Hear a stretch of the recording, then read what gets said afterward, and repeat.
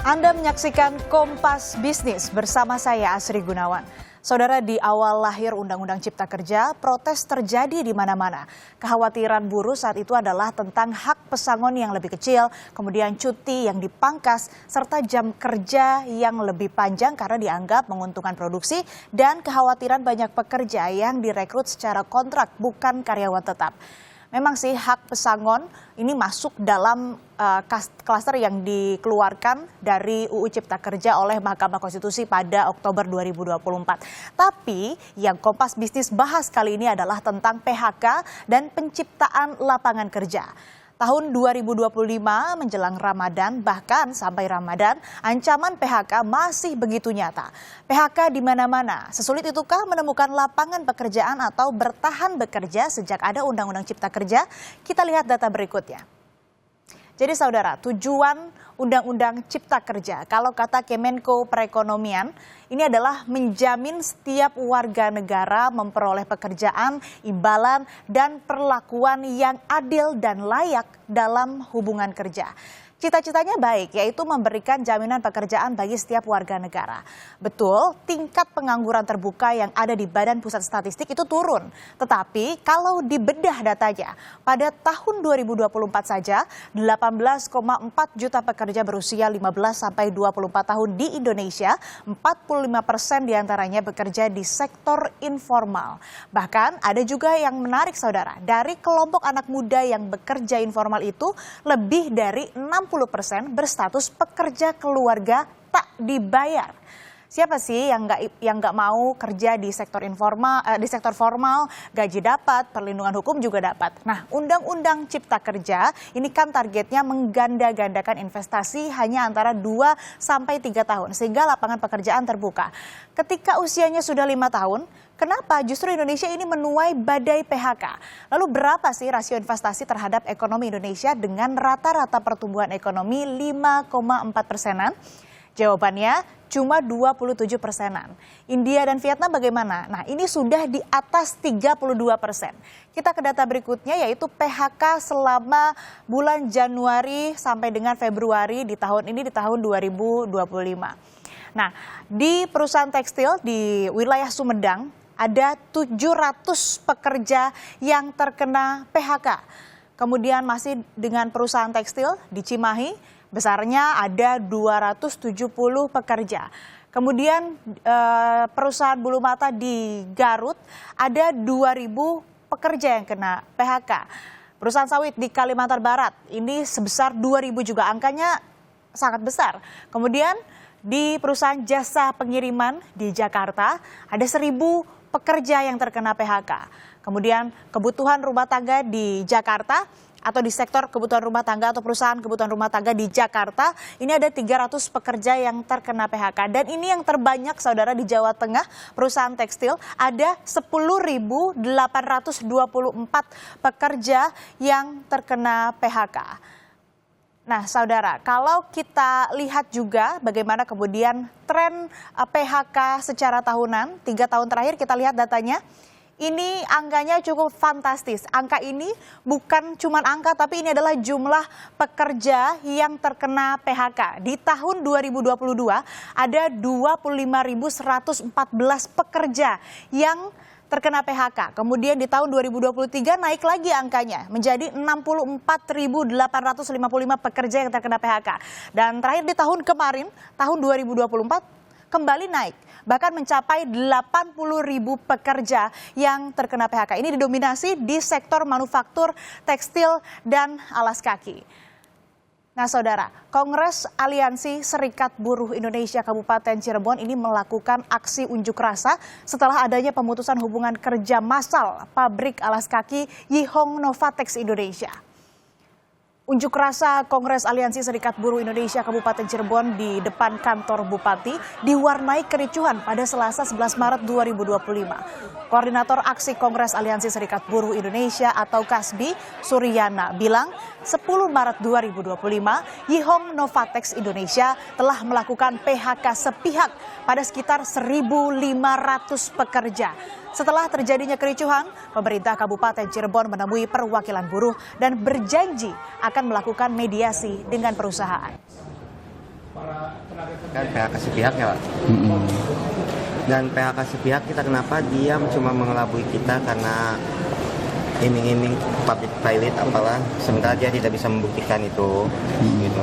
Dan harapan kami cuma pengen seluruh karyawan PT Yihong yang jumlahnya 1.000 lebih itu dipekerjakan kembali secepatnya. Cukup banyak di PT Yihong, informasi dari teman-teman pekerja tuh sekitar 1.126. Tapi kita lihat juga data di BPJS-nya, data di kami juga, ada berapa pekerja sebetulnya, dan mungkin kita juga konfirmasi juga ke pihak manajemen seperti apa sih yang terjadi di sana. Terima kasih Anda masih menyaksikan Kompas Bisnis bersama saya, Asri Gunawan. Saudara, tren PHK di industri padat karya terus meningkat. Bulan Ramadan atau jelang Lebaran, sejumlah pekerja kehilangan sumber penghidupan. Lebih lengkap soal ancaman badai PHK sudah bergabung Direktur Kebijakan Publik Selios Media Wahyudi Askar. Selamat pagi Mas Media, apa kabar? Selamat pagi Mbak, kabar baik. Mas, Indonesia ini kan darurat sekali badai PHK di bulan Ramadan. Bahkan ini kan kalau kita lihat trennya secara tahunan terus naik. Nah, kalau kita lihat juga bukannya udah ada imunitas anti PHK ya lewat Undang-Undang Cipta Kerja di tahun 2020? Iya betul sekali, Undang-Undang Penciptaan Lapangan Kerja, Undang-Undang Cilaka ya, ini malah bikin cilaka gitu ya, karena ada banyak faktor yang kemudian menyebabkan terjadinya masalah struktural karena kekacauan regulasi. Secara teori, PHK itu disebabkan oleh beberapa hal, mulai dari faktor struktural, kebijakan fiskal, hingga kebijakan moneter juga bahkan. Nah, hari ini kita menghadapi gejolak ekonomi yang juga cukup signifikan, yaitu perlambatan ekonomi. Kita mengalami deflasi pertama selama 25 tahun terakhir, sehingga ini menggambarkan banyaknya investor ya dan pelaku usaha yang akhirnya menunda ekspansi karena pelambatan ekonomi, sehingga juga memperlambat penciptaan lapangan kerja baru. Pada saat yang bersamaan, regulasi yang ada justru juga tidak mendukung daya saing dari sektor usaha kita. Jadi kalau tadi disebutkan bahwa UU Cipta Kerja itu kan istilahnya definisinya itu harus adil dan layak ya. Dan saat ini kenyataannya banyak kerja-kerja yang tidak layak. Salah satu implikasi Undang-Undang Cipta Kerja itu adalah banyaknya tenaga kerja outsourcing. Dan ini jadi hal yang problematik hari ini. Industri tekstil dan manufaktur misalkan, banyak perusahaan di sektor manufaktur karena Undang-Undang Cipta Kerja tadi mulai beralih ke sistem kontrak atau outsourcing. Dan mereka melakukan ini agar bisa menghemat operasionalisasinya. Tetapi implikasinya adalah banyak perusahaan garment, tekstil, dan manufaktur kemudian mengganti ke pekerja kontrak dan mem-PHK pekerja-pekerja yang sudah lama bekerja atau pekerja permanen. Jadi ini yang juga sangat disayangkan ya, implikasi yang tidak diantisipasi dengan baik oleh pemerintah. Di lain itu, iya, selain itu kita juga melihat bahwa memang banyak sekali PHK menjelang Lebaran ini karena menghindari pembayaran THR. Nah, ini juga harus disikapi dengan baik dan ditangani oleh Kementerian Ketenagakerjaan. Badai PHK juga tak terlepas dari tadi yang disebutkan Mas Media, perlambatan ekonomi. Lalu Mas Media, kenapa sih Undang-Undang Cipta Kerja ini bisa dibilang melempem lah atau tidak ampuh dalam menarik investasi? Nah, investasi ini kan banyak mengalir ke padat modal, bukan padat karya. Masalahnya di mana? Pertama, masalahnya UU Cipta Kerja itu mengalami banyak revisi dan gugatan. Jadi ini menciptakan ketidakpastian hukum bagi investor. Jadi mereka juga akhirnya ragu menanamkan modal di Indonesia. Kedua, kualitas investasi kita emang buruk sekali. Jadi persoalannya bukan hanya di regulasinya. Dan ibarat kata kita hari ini tuh makannya banyak, tapi berat badan kita nggak naik karena terlalu banyak cacing di dalam perut negara ini. Apa itu? Yaitu korupsi. Dan korupsi itu membuat investor berpikir 100 kali untuk masuk ke Indonesia. Jadi ada yang bilang Vietnam lebih kompetitif dari segi regulasi, tidak sepenuhnya salah, tetapi sebetulnya ini hanya faktor ke-10 mungkin ya. Karena faktor utama kenapa investor ragu masuk ke Indonesia karena banyaknya pejabat yang korup. Dan kita menyaksikan ini juga akhirnya membawa dampak signifikan kepada angka investasi ke Indonesia. Belum lagi birokrasi yang tidak efisien. Karena kalau kita lihat investasi beberapa tahun terakhir banyak bandara yang sepi, kemudian IKN juga berpotensi bermasalah gitu ya karena minimnya investor. Sehingga kalau kita tanya ke investor kenapa mereka ragu masuk ke Indonesia, karena hampir semua proyek itu tidak melewati tender. Sebagian besar diberikan kepada BUMN dan harganya mahal. Karena investor sudah tahu bahwa investasi ke Indonesia itu mahal sekali. Jadi Omnibus Law belum bisa menjadi obat ya untuk menyelesaikan persoalan ini untuk penguatan investasi kita. Nggak cukup jadi obat karena masih ada cacing-cacing di perut tadi ya. Korupsi yang menjadi salah satu faktor besar yang membuat para investor juga enggan dan mikir beribu-ribu kali untuk melakukan investasi. Nah, kalau boleh memberikan nilai begitu Mas dari skala 1 sampai 10, di angka berapa keberhasilan atau justru kegagalan Undang-Undang Ciptaker? Ya, saya terlibat sekali cukup intens dalam penyusunan Undang-Undang Ciptaker ya. Dan pada proses awalnya sudah gagal. Jadi saya juga tidak kaget pada saat implementasi juga banyak masalah. Jadi mungkin hanya 3 dari 10 ya. Dan ini harus kita selesaikan. Sebagai sebuah bangsa yang pembelajar gitu ya, Pak Prabowo dan menteri-menterinya harus merespon ini dengan baik. Sekarang pekerja informal kita naik terus ya. Implikasinya ya jelas, kalau terlalu banyak pekerja informal, gajinya tidak teratur, kualitasnya rendah, begitu pekerjaannya akan semakin banyak pekerja rentan. Sama satu lagi, yang paling tidak diuntungkan oleh UU Ciptaker ini anak muda. Karena mereka ingin mendapatkan pekerjaan, tetapi justru pekerjaannya tidak layak gitu ya. Mereka akhirnya juga tidak bisa menjadi karyawan tetap, mereka juga dibayar dengan murah, dengan skill yang sebetulnya mereka bisa terserap dengan baik di lapangan kerja, tapi karena Undang-Undang Ciptaker ini cenderung lebih banyak menguntungkan pengusaha, akhirnya banyak juga saudara-saudara kita anak muda yang tidak diuntungkan. Itu kenapa yang memicu juga kemarin hashtag kabur aja dulu, karena regulasi ketenaga kerjaan di Indonesia belum cukup baik dan dianggap berpihak kepada keberlanjutan dan anak muda di Indonesia. Oke, 3 dari 10 tadi nilainya. Apakah ada sinyal Omnibus Law Undang-Undang Cipta Kerja ini nggak akan dipakai sebagai mazhab atau sebagai pemikiran ekonomi dari Presiden kita Prabowo Subianto? Ini menarik ya, karena dalam banyak kesempatan Pak Prabowo seperti menjauh dari pendekatan UU Ciptaker.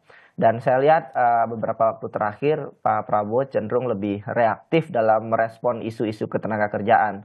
Mulai dari kenaikan UMP saat itu hingga beberapa hari terakhir janji pemberian THR untuk pengemudi ojek online. Tapi saya melihat bahwa meskipun langkah ini secara positif bisa membantu saudara-saudara kita pekerja rentan, tapi langkah ini juga berdiri di ruang kosong karena belum ada regulasi pendukung. Sehingga kalau kebijakan diusulkan secara spontan ya, tanpa landasan hukum yang kuat, akibatnya ya cenderung ugal-ugalan dan bermasalah ketika direalisasikan secara konkret. Jadi sebetulnya juga aksi yang dilakukan harus sebetulnya ada regulasi yang jelasnya dulu supaya tadi tidak terbilang ugal-ugalan dan nantinya akan menjadi masalah di kemudian hari. Nah, masyarakat juga kan saat ini menjelang Lebaran, bahkan saat Ramadan ya sekarang begitu disodori terus dengan badai PHK, kemudian naiknya harga bahan-bahan pokok begitu. Dan ironinya lagi nih Mas Media, saat masyarakat kesusahan muncul kasus-kasus korupsi, Pertamina misalnya, kemudian pajak sampai terakhir minyak kita. Nah sebetulnya kemana sih arah persepsi publik terhadap keadilan dan juga transparansi pemerintah? Saya kira publik merespon cukup keras ya terkait masalah korupsi hari ini.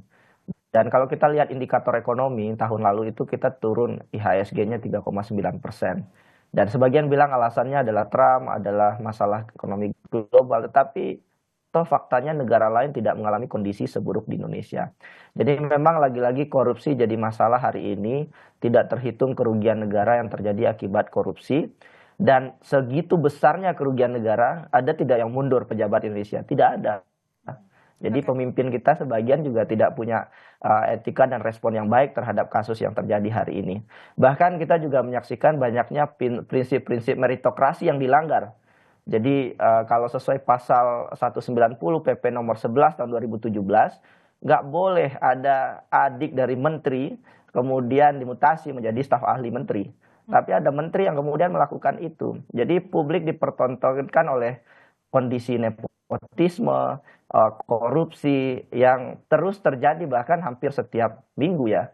Masyarakat marah, tapi kan marah ini harus direspon dengan bijak ya oleh pemerintah dan DPR. Ini yang harus diperbaiki saya kira ke depan. Miris ya Mas, ini kalau kita bicara soal dampak, seberapa jauh PHK ini akan berdampak langsung pada naiknya angka kemiskinan, dan juga ada nggak sih data yang menjelaskan kesulitan ekonomi ini ada relasinya dengan naiknya angka kriminalitas? Lalu kebijakan apa kira-kira yang dibutuhkan, kebijakan konkret apa yang dibutuhkan oleh masyarakat? Iya, banyak sekali studi yang menjelaskan itu bahwa PHK langsung kepada kemiskinan, kriminalitas. Kita tahu pada saat COVID banyak terjadi PHK, kriminalitas naik tinggi. Jadi memang pasti berdampak langsung kepada kemiskinan karena ini berkaitan dengan urusan ekonomi, urusan perut ya, dan upah harian masyarakat. Tapi saya kira dalam konteks hari ini yang perlu diingat-ingat betul oleh pemerintah ya, kita menyaksikan hari ini adanya pertarungan gajah dengan gajah.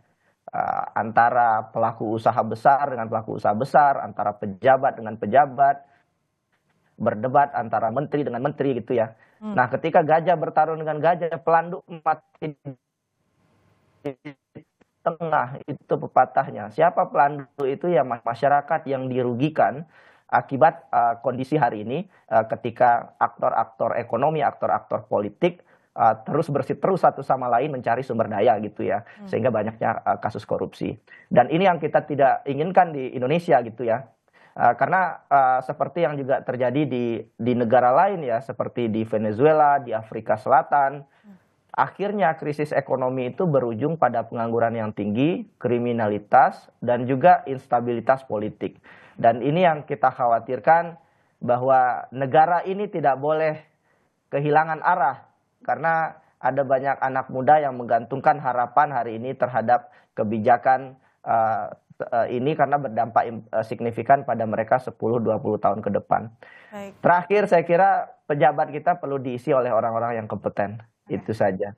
Baik, artinya memang apa yang terjadi sekarang pada masyarakat, utamanya soal lapangan pekerjaan dan juga ya berita buruk soal badai PHK ini tidak terlepas juga karena ada cacing-cacing di perut tadi, lagi-lagi korupsi ataupun juga pertarungan antar elit. Nah, ini yang harus dibersihkan, ini yang harus ditangani juga karena banyak sekali masyarakat, terutama anak muda yang menggantungkan hidup begitu ya, ataupun juga perlu memiliki pendapatan atau penghasilan. Terima kasih Mas Media Wahyudi Askar, Direktur Kebijakan Publik Selios, telah bergabung bersama kami di Kompas Bisnis. Sehat selalu Mas.